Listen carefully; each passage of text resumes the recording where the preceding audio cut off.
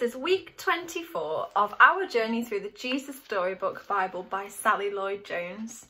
This chapter is called Filled Full. There were once 5,000 tired and hungry and probably very grumpy people sitting on a hillside wanting their dinner.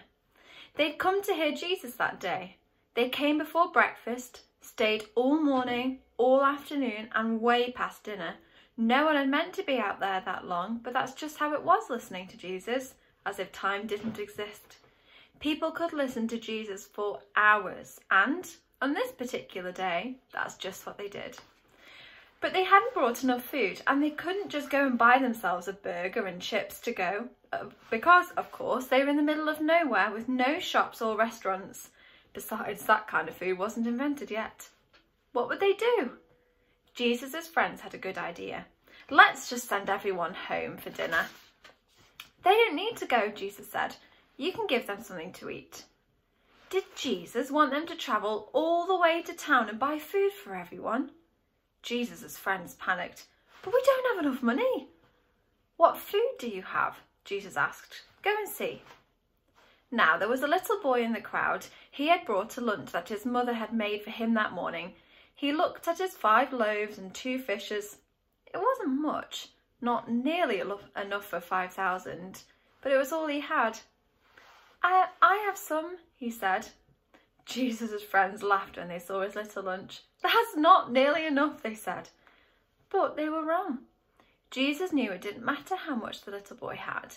God would make it enough, more than enough.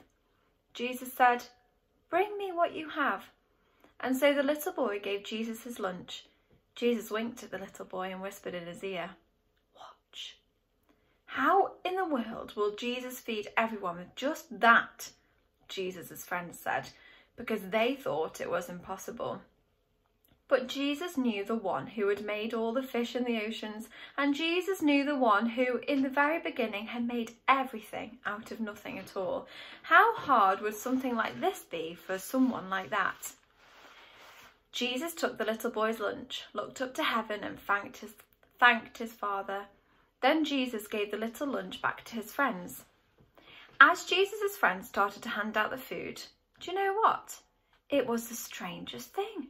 No matter how much they broke off, there was always more and more and more, enough for 5,000. Everyone ate as much as they wanted, 2nd helpings, 3rd helpings, even 4th until they were full, and still there were leftovers. Well, Jesus did many miracles like this. Things people thought couldn't happen, that weren't natural.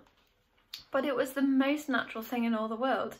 It's what God has been doing from the beginning, of course, taking the nothing and making it everything, taking the emptiness and filling it up, taking the darkness and making it light. I'm really looking forward to going to the next chapter with you next week. See you then.